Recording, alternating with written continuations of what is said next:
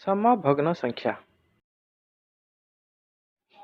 दिव्या और श्रिया दुई भौणी माँ दुई जन को समान मापर गोटे लेखाएं रुटी देले। से दिव्या ता रुटीर 1/4 अंश और श्रिया ता रुटीर 2/8 अंश खाइला। तेबे दुई जन मध्य किए अधिक खाइला? वर्तमान चित्र देखि कह कहार अधिक कहार कम। दुई जनक समान। चित्र अनुसार दुई रुटी खाइबार अंश समान। वर्तमान भग्न संख्या अनुसार देखिबा। ता पूर्वरु समभग्न संख्या विषय जानिबा। समभग्न संख्या कौन? ଯେଉଁ ଯେଉଁ भग्न संख्या गुड़िकर लव और हरर अनुपात समान सही भग्न संख्या गुड़ी को समभग्न संख्या कहुए। आमे दुईटी उपाय समभग्न संख्या निर्णय कर। एक गुणन प्रक्रिया और दुई भागक्रिया प्रक्रिया। गुणन प्रक्रिया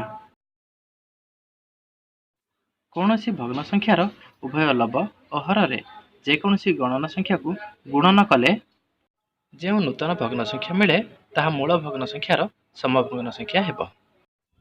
उदाहरण 1/2 समभग्न संख्या गुड़िक निर्णय करने आमे उभय लव और हर 2 किंबा 3 किंबा 4 एपरी गणन संख्या गुणन करवा। 1/2 समभग्न संख्या गुड़िक है 2/4, 3/6, 4/8 इत्यादि। एपरी आमे असंख्य समभग्न संख्या निर्णय करिपरिबा।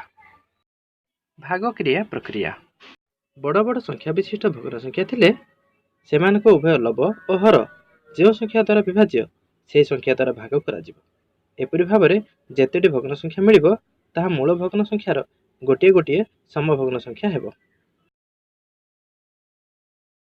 उदाहरण 36/48 समभग्न संख्या निर्णय करिबा पई आमे उभय लव और हरर साधारण विभाज्य संख्या जेपरी 2, 3, 4, 6 और 12 द्वारा भाग करिबा। देख किभଳି भाग करा जायछि।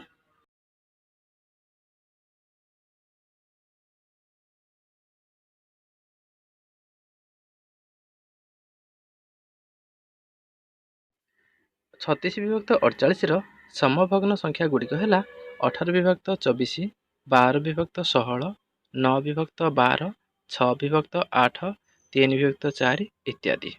यह व्यतीत गुणन प्रक्रिया रे अनेक समभग्न संख्या निर्णय करिपरिबा। भग्न संख्या दुईटी समभग्न संख्या बोली किपरि जानिबा। प्रथम भग्न संख्यार लव और द्वितीय भग्न संख्यार हरर गुणफल जदि द्वितीय भग्न संख्यार लव और प्रथम भग्न संख्यार हरर गुणफल सह समान हुए तेबे भग्न संख्या दुईटी समभग्न संख्या अटंती। आ गोटे उदाहरण यही दुईटी समभग्न संख्या ना नहीं देखिबा।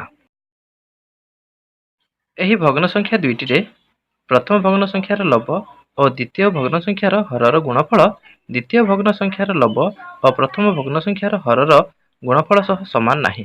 तेणु भग्न संख्या दुईटी समभग्न संख्या नुहंती।